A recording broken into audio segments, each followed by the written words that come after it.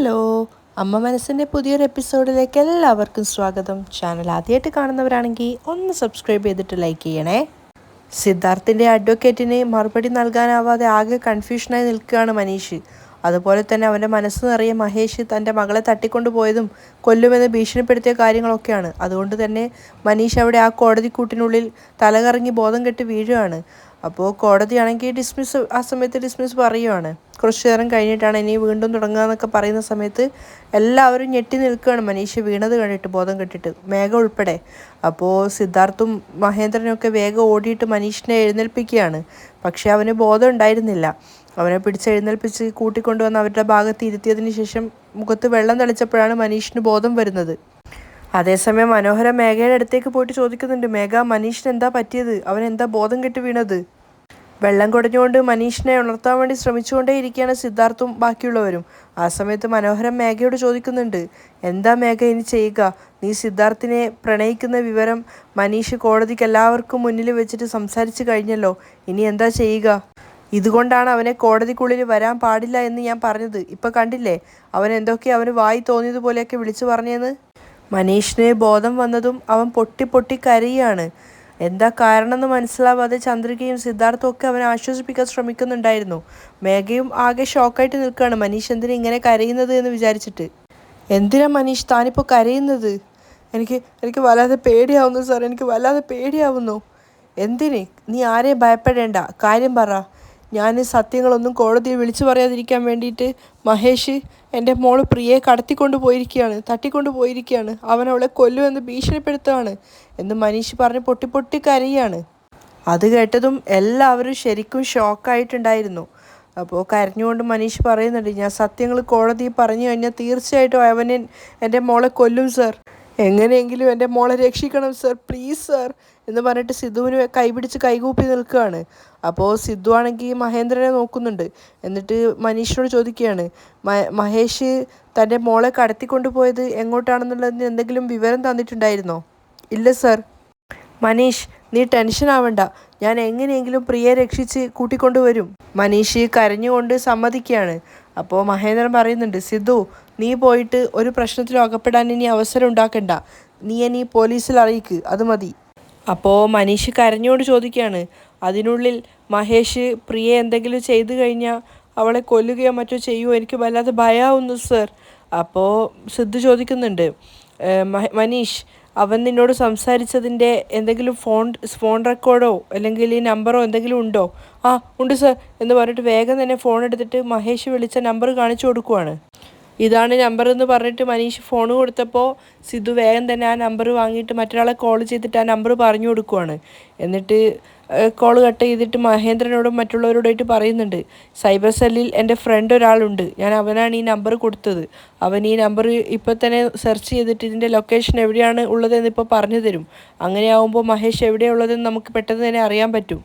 ഞാൻ പോയിട്ട് എത്രയും പെട്ടെന്ന് പ്രിയയെ രക്ഷിച്ചിട്ട് കൂട്ടിക്കൊണ്ട് വരാം. എന്നിട്ട് സിദ്ധു പോകാൻ ശ്രമിക്കുകയാണ്.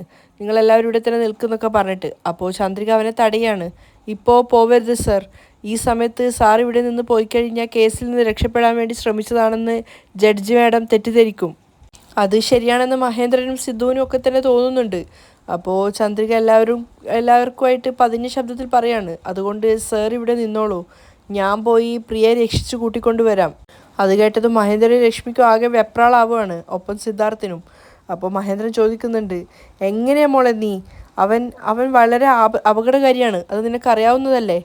അച്ഛാ, നിങ്ങൾ എന്നെക്കുറിച്ച് ആലോചിച്ചിട്ട് ഒരു തരത്തിലും ടെൻഷൻ അടിക്കേണ്ട. ഞാൻ പ്രിയയെ എങ്ങനെയെങ്കിലും അവൻ്റെ കയ്യിൽ നിന്നും കൂട്ടിക്കൊണ്ടുവരും. സിദ്ധു സർ, മഹേഷ് പ്രിയയെ എങ്ങോട്ടേക്കാണ് തട്ടിക്കൊണ്ടു പോയത് എന്ന് അറിഞ്ഞതിന് ശേഷം ആ ലൊക്കേഷൻ എൻ്റെ ഫോണിലേക്ക് അയച്ചു വിട്. ഞാൻ എങ്ങനെയെങ്കിലും പ്രിയയെ രക്ഷിച്ചുകൊണ്ടേ തിരിച്ചു വരുള്ളൂ. ചന്ദ്രിക, അതൊക്കെ ശരി തന്നെയാണ്, പക്ഷേ നീ തനിച്ച് സിദ്ധാർത്ഥിന് അത് ആലോചിക്കുന്നവർ വല്ലാത്ത ടെൻഷൻ ആവുകയാണ്. ഞാൻ തനിച്ച് പോയാൽ മതി സാർ, നിങ്ങളൊന്നും കൊണ്ടും ടെൻഷൻ ആവണ്ട. അവരെ ആശ്വസിപ്പിക്കുകയാണ്. അപ്പോൾ മഹേന്ദ്രൻ വീണ്ടും പറയുന്നുണ്ട്, മഹേഷ് നിൽക്കുന്നിടത്ത് നീ തനിച്ച് പോകുന്നത് അത്ര സേഫ് അല്ല മോൾ. പോലീസിൽ അറിയിച്ചിട്ട് രണ്ടുപേരെ നിൻ്റെ സേഫ്റ്റിക്ക് അയക്കാൻ വേണ്ടി പറയാം. ശരി അച്ഛാ. ചന്ദ്രിക, ശ്രദ്ധിച്ചു പോണേ മോളെ. ലക്ഷ്മി അവളോട് പറയുന്നുണ്ട്, ശരി അമ്മ. എന്തെങ്കിലും സഹായം ആവശ്യമുണ്ടെങ്കിൽ എന്നെ ഫോൺ ചെയ്താൽ മതി. സിദ്ധു പറയുന്നുണ്ട്. ശരി എന്ന് പറഞ്ഞിട്ട് ചന്ദ്രിക പോവുകയാണ്. അപ്പോൾ ലക്ഷ്മി മഹേന്ദ്രനോട് പറയട്ടെ, നിങ്ങൾ എത്രയും പെട്ടെന്ന് കമ്മീഷണറെ ഫോൺ ചെയ്തിട്ട് കാര്യം അറിയിക്കുക. മഹേന്ദ്രൻ വേഗം കമ്മീഷണറെ വിളിച്ചിട്ട് കാര്യങ്ങളൊക്കെ പറഞ്ഞു കൊടുക്കുകയാണ്. അതിനുശേഷം മനീഷിനെയും കൂട്ടിക്കൊണ്ട് അവർ 3 പേരും പുറത്തേക്ക് പോകുന്നുണ്ട്. ചന്ദ്രിക ഓട്ടോയിൽ പോയിക്കൊണ്ടിരിക്കുകയാണ്. ആ സമയത്ത് സിദ്ധാർത്ഥ് പുറത്തിറങ്ങിയിട്ട് അവളെ വിളിക്കുന്നുണ്ടായിരുന്നു. ചന്ദ്രിക, നിൻ്റെ നമ്പറിലേക്ക് ഞാൻ ലൊക്കേഷൻ അയച്ചു തന്നിട്ടുണ്ട്, മഹേഷ് എവിടെയാണ് ഉള്ളത് എന്നുള്ളതിൻ്റെ. അതുമാത്രമല്ല, മഹേന്ദ്രൻ അങ്കിള് പോലീസിൽ വിളിച്ച് പറഞ്ഞത് പ്രകാരം 2 പേര് നിൻ്റെ സേഫ്റ്റിക്ക് വേണ്ടിയിട്ട് നിനക്ക് പിന്നാലെ വരുന്നുണ്ട്. ശരി സർ. എന്നിട്ട് ആ ലൊക്കേഷൻ നോക്കിയിട്ട് ഓട്ടോക്കാരനെ വഴി പറഞ്ഞു കൊടുക്കുകയാണ്. ആ സമയത്ത് മനീഷിൻ്റെ ഫോണിലേക്ക് മഹേഷിൻ്റെ കോൾ വരുന്നുണ്ടായിരുന്നു. അപ്പോൾ സിദ്ധു പറയുന്നുണ്ട് കോൾ അറ്റൻഡ് ചെയ്തിട്ട് സ്പീക്കറിലിടാൻ വേണ്ടിയിട്ട്. ഹലോ, എന്താ മനീഷ്, ഞാൻ പ്രിയയെ തട്ടിക്കൊണ്ട് പോയ വിവരം സിദ്ധുവിനെ അറിയിച്ചല്ലോ.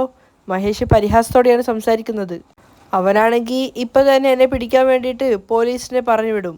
അത് കേട്ടത് എല്ലാവരും ഞെട്ടിത്തരിച്ച് നിൽക്കുകയാണ്. അപ്പോൾ മഹേഷ് പറയുന്നുണ്ട്, ഞാനൊരു കാര്യം ആദ്യമായിട്ടും അവസാനമായിട്ടും പറയാം. എന്നെ പോലീസോ മറ്റോ വിളിക്കുകയോ പിടിക്കുകയോ ചെയ്തു കഴിഞ്ഞാൽ പിന്നെ നിൻ്റെ മോള് ജീവനോടെ കാണില്ല. മഹേഷിൻ്റെ ഭീഷണി കേട്ടിട്ട് എല്ലാവരും ഞെട്ടി നിൽക്കുകയാണ്. മര്യാദയ്ക്ക് കോർട്ടിൽ നിന്ന് ഇറങ്ങി പോവാൻ നോക്ക്. മഹേഷ് വീണ്ടും അവരോട് ഭീഷണിപ്പെടുത്തിക്കൊണ്ട് പറയുകയാണ്. അങ്ങനെ പോയില്ലെങ്കിൽ ഞാൻ പറഞ്ഞത് തന്നെയാണ് നടക്കുക. അതായത് പ്രിയെ കൊല്ലുമെന്ന് പറഞ്ഞത് നടക്കും എന്നും പറഞ്ഞിട്ട് അവൻ കോള് കട്ട് ചെയ്യാണ്. മനീഷ് വീണ്ടും ഇങ്ങനെ വിളിച്ചുകൊണ്ടേ ഇരിക്കുന്നുണ്ട്. Hello hello hello. അപ്പോഴേക്കും കോള് കട്ടായിട്ടുണ്ടായിരുന്നു. മനീഷ് വല്ലാത്ത വെപ്രാളത്തോടു കൂടിയാണ് സംസാരിക്കുന്നത്. സർ സർ സർ സർ എൻ്റെ കുഞ്ഞിനെ അവൻ കൊല്ലും സർ. ഒന്നുമില്ല, അങ്ങനെയൊന്നും സംഭവിക്കില്ല. സിദ്ധു അവനെ ആശ്വസിപ്പിക്കുന്നുണ്ട്. ഒപ്പം മഹേന്ദ്രനും. അങ്ങനെയൊന്നും ചെയ്യില്ല, നീ ടെൻഷനാവാതെ. പക്ഷേ മനീഷിന് വല്ലാത്ത ഭയം ഉണ്ടായിരുന്നു. അവൻ കരഞ്ഞുകൊണ്ടേയിരിക്കുകയാണ്. മനീഷ് ഞങ്ങളെല്ലാവരും നിനക്കൊപ്പം ഉണ്ട്, ഒന്നും സംഭവിക്കില്ല. സിദ്ധു അവനെ ആശ്വസിപ്പിക്കുകയാണ്. മനീഷ് കരഞ്ഞ് തളർന്ന് അവിടെ ഇരിക്കുകയാണ്. എനിക്ക് വല്ലാത്ത ഭയമുണ്ട് സർ. അവൻ എൻ്റെ മോളെ എന്തെങ്കിലും ചെയ്യും സർ. അവൻ അത്രയും കണ്ണിൽ ചോരയില്ലാത്തൊരു വ്യക്തിയാണ്. അങ്ങനെയൊന്നും സംഭവിക്കില്ല മനീഷ്. താൻ വെറുതെ ഒരുപാട് ചിന്തിച്ചു കൂട്ടുകയാണ്. പ്രിയയെ എത്രയും പെട്ടെന്ന് പോലീസുകാർ കണ്ടുപിടിച്ച് നമ്മുടെ അടുത്തേക്ക് കൊണ്ടുവരും. എല്ലാറ്റിലും ഉപരി ചന്ദ്രികയും പോയതല്ലേ, നീ കണ്ടില്ലേ? ചന്ദ്രിക എങ്ങനെയെങ്കിലും കുഞ്ഞിനെ രക്ഷിച്ച് കൂട്ടിക്കൊണ്ടുവരും. നീ ധൈര്യമായിട്ടിരിക്കേ. മനീഷ്, താൻ കരയല്ലേ? അപ്പോഴേക്കും സിദ്ധുവിൻ്റെ അഡ്വക്കേറ്റ് വന്നിട്ട് പറയുന്നുണ്ട്, മഹേന്ദ്ര സർ, ജഡ്ജി മാഡം വരാറായി. എല്ലാവരും കോടതിക്കകത്തേക്ക് വരികയല്ലേ? ആ, ഞങ്ങൾ വരാം. അഡ്വക്കേറ്റിന് പിന്നാലെ പോകാൻ വേണ്ടി നിൽക്കുമ്പോൾ സിദ്ധു പറയുന്നുണ്ട്, അഡ്വക്കേറ്റ് വന്ന് വിളിച്ചതല്ലേ മനീഷ്, വാ പോവാം. ഇല്ല സർ, ഞാൻ വരില്ല സർ. എനിക്കിപ്പോൾ ഒരു സത്യവും തുറന്നു പറയാൻ സാധിക്കില്ല. അങ്ങനെ ഞാൻ ചെയ്തു കഴിഞ്ഞാൽ മഹേഷ് പ്രിയയെ കൊല്ലും സർ.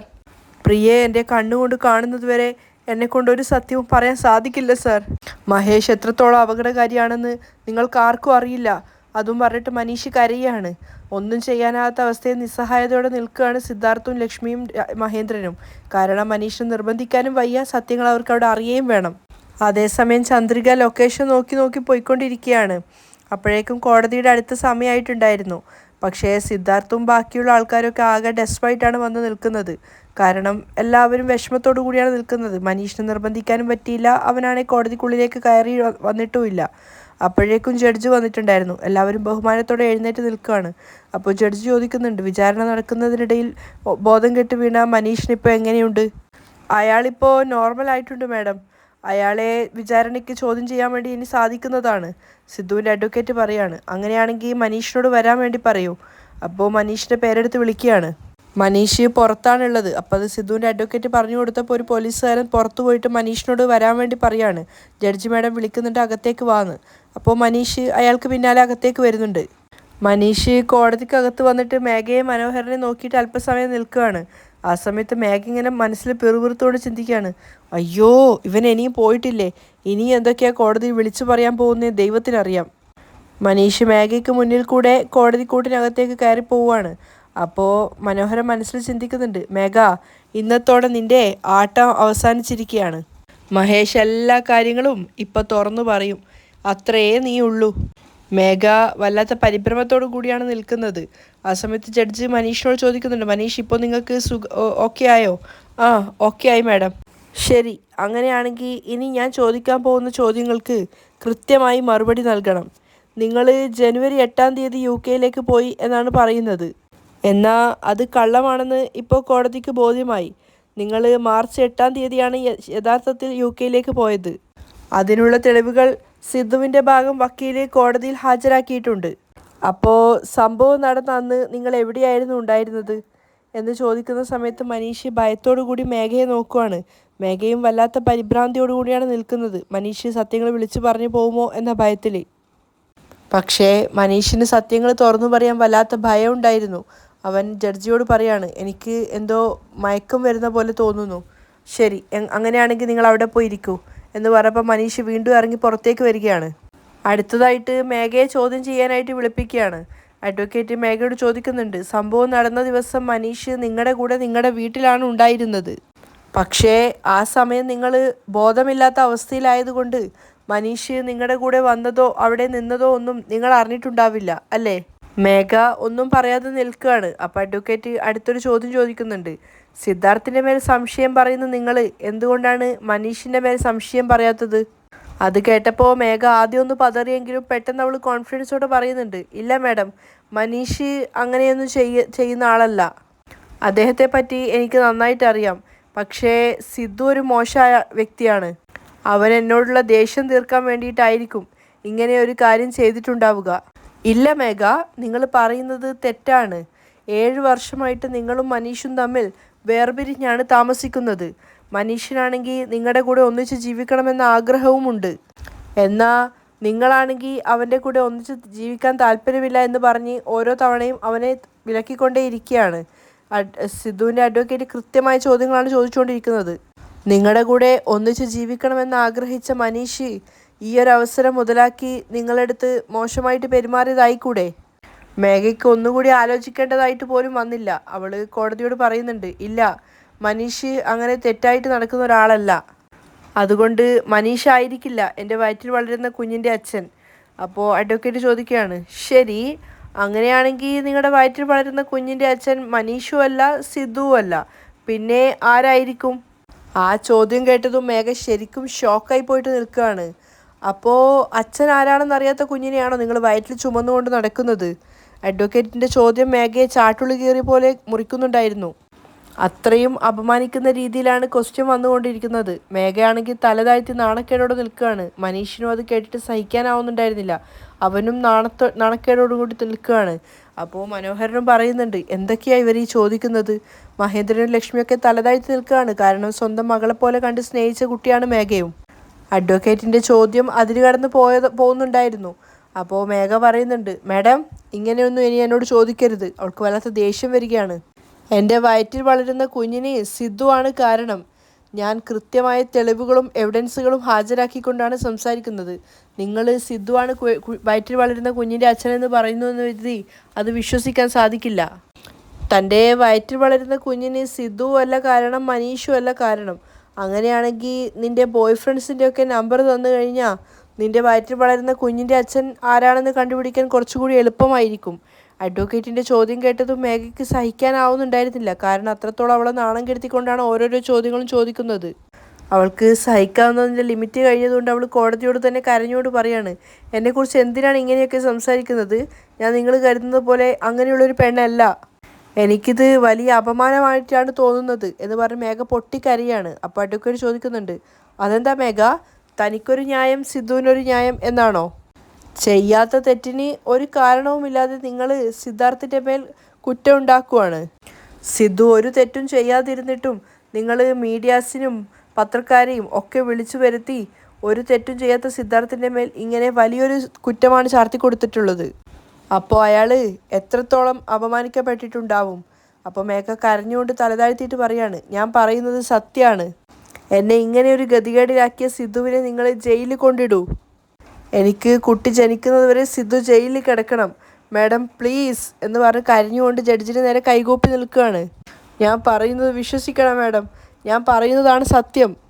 അപ്പോൾ സിദ്ധുവിൻ്റെ അഡ്വക്കേറ്റ് വീണ്ടും പറയാണ്, സോറി മേഘ, സിദ്ധു ഒരു തെറ്റും ചെയ്തിട്ടില്ലെന്ന് ഞങ്ങൾക്ക് എല്ലാവർക്കും തെളിവ് സഹിതം ബോധ്യമായി. പക്ഷേ താനാണിപ്പോൾ കള്ളം പറയുന്നത് എന്ന് ഞങ്ങൾക്കൊക്കെ തോന്നുന്നുണ്ട്. നിങ്ങൾ തന്നെ എല്ലാവരും കേൾക്കെ സത്യം പറയുകയാണെങ്കിൽ അതുതന്നെയാണ് നിങ്ങൾക്കും നല്ലത്. സത്യം പറയൂ. മേഘ കരഞ്ഞുകൊണ്ട് ഒന്നും പറയാൻ പറ്റാത്ത അവസ്ഥയിൽ നിൽക്കുകയാണ്. അപ്പോൾ അവളുടെ അഡ്വക്കേറ്റ് എഴുന്നേറ്റ് നിന്നിട്ട് പറയുന്നുണ്ട്, യുവർ ഓണർ, മേഘ ആ ഒരു സമയത്ത് ബോധമില്ലാതെ ആരെയും മനസ്സിലാക്കാൻ പറ്റുന്നൊരവസ്ഥയിലായിരുന്നില്ല. അങ്ങനെയുള്ള അവളോട് പോയിട്ട് സത്യം പറയാൻ പറഞ്ഞാൽ അവൾ എങ്ങനെയാ പറയുക? അപ്പോൾ അഡ്വക്കേറ്റ് വീണ്ടും ചോദിക്കുകയാണ്, ബോധം ഉണ്ടായിരുന്നില്ല എന്നാണ് നിങ്ങൾ പറയുന്നത്. അപ്പോൾ പിന്നെ സിദ്ധുവാണ് അവരെ റേപ്പ് ചെയ്തത് എന്ന് അവരെങ്ങനെ ഇത്ര കൃത്യമായിട്ട് പറയുന്നത്? ആ ചോദ്യം കേട്ടതും മേഘ ശരിക്കും ഞെട്ടിത്തരിച്ച് നിൽക്കുകയാണ്. അപ്പോൾ മനോഹരം മനസ്സിൽ വിചാരിക്കുന്നുണ്ട്, ശരിയായ ചോദ്യമാണ് ചോദിച്ചത്. അപ്പോൾ സിദ്ധുവിൻ്റെ മേൽ ഇങ്ങനെ ഒരു കുറ്റം ചാർത്തിയിട്ട് സിദ്ധാർത്ഥിനെയും ചന്ദ്രികയും ഒരുമിച്ച് ജീവിക്കാൻ അനുവദിക്കില്ല എന്ന മേഘയുടെ വാശിയാണ് സിദ്ധാർത്ഥിൻ്റെ മേൽ ഇത്രയും വലിയൊരു കുറ്റം കൊണ്ടുവന്ന് ചാർത്തിയത്. അഡ്വക്കേറ്റിൻ്റെ ഓരോരോ വാക്കുകളും മേഘയെ കീറി മുറിക്കുന്നതായിരുന്നു. അപ്പോഴേക്കും സിദ്ധുവിൻ്റെ അടുത്ത് പുറത്തുനിന്ന് ഒരാൾ വന്നിട്ടുണ്ടായിരുന്നു. അയാളുടെ കയ്യിലൊരു ഫയൽ ഉണ്ടായിരുന്നു. അത് സിദ്ധുവിന് കാണിച്ചു കൊടുത്തിട്ട് സിദ്ധുവിനോട് കുറച്ച് കാര്യങ്ങളൊക്കെ അയാൾ കാണിച്ച് തൊട്ടോട്ട് പറഞ്ഞു കൊടുക്കുകയാണ്. അയാൾ പോയതിനു ശേഷം അയാൾക്ക് നന്ദിയൊക്കെ പറഞ്ഞിട്ട് അയാൾ പോയതിനു ശേഷം സിദ്ധാർത്ഥ് ആ ഒരു ഫയലുമായിട്ട് അവൻ്റെ അഡ്വക്കേറ്റിൻ്റെ ഭാഗത്തേക്ക് വരികയാണ്, കോടതി നടന്നുകൊണ്ടിരിക്കെ തന്നെ. എന്നിട്ട് അത് കാണിച്ചു കൊടുത്തിട്ട് പറയുന്നുണ്ട്, ഇതാണ് ഞാൻ പറഞ്ഞ ഫയൽ, എന്തെങ്കിലും ഒരു സംശയം ഉണ്ടെങ്കിൽ എന്നോട് ചോദിച്ചാൽ മതി എന്നൊക്കെ പറയുകയാണ്. അപ്പോൾ അവരത് വാങ്ങിയിട്ട് വേഗം തന്നെ ജഡ്ജിനോടായിട്ട് പറയുകയാണ്, സംഭവം നടന്ന ആ ദിവസം 3 മണിക്കൂറിന് മുകളിലോളം മനീഷിൻ്റെ ഫോണ് ടവർ മേഘയുടെ ലൊക്കേഷനിലായിരുന്നു. അതായത് മേഘയുടെ വീട്ടിലായിരുന്നു മനീഷ് ആ സമയത്തുണ്ടായിരുന്നത്. അതിനുള്ള തെളിവാണിത്. മനീഷിൻ്റെ കയ്യിലിരിക്കുന്ന ഫോണിൻ്റെ നമ്പർ വെച്ചിട്ട് ട്രാക്ക് ചെയ്തിട്ട് കണ്ടുപിടിച്ചതാണ് ഈ ഒരു കാര്യം എന്ന് അഡ്വക്കേറ്റ് പറയുകയാണ്. അഡ്വക്കേറ്റ് പറഞ്ഞത് കേട്ടപ്പോൾ മേഘ ശരിക്കും തകർന്നു പോയിട്ടുണ്ടായിരുന്നു. കാരണം ഇത്രയേറെ ടെക്നോളജി വളർന്ന കാര്യം മേഘ ഒരല്പം പോലും ചിന്തിച്ചിട്ടുണ്ടായിരുന്നില്ല. താൻ ചെയ്ത കാര്യങ്ങളും അതുപോലെ തന്നെ മനീഷിൻ്റെ കുഞ്ഞാണ് തൻ്റെ വയറ്റിലുണ്ടായിരുന്നതെന്നും ഇനി കോടതിയിൽ വിളിച്ചു പറയേണ്ടി വരും എന്നൊരവസ്ഥയിലാണ് മേഘ ആ സമയത്ത് നിൽക്കുന്നുണ്ടായിരുന്നത്. അപ്പോൾ അവൾ ശരിക്കും ഷോക്കായിട്ടാണ് നിൽക്കുന്നത്. മനീഷ് തൻ്റെ കുഞ്ഞിൻ്റെ അച്ഛനാണെന്നുള്ള കാര്യം എല്ലാവരും അറിയുന്ന മേഘയ്ക്ക് വല്ലാതെ ഭയം ഉണ്ടായിരുന്നു. അവിടെയാണ് ഇന്നത്തെ എപ്പിസോഡ് വൈൻഡപ്പ് ചെയ്യുന്നത്.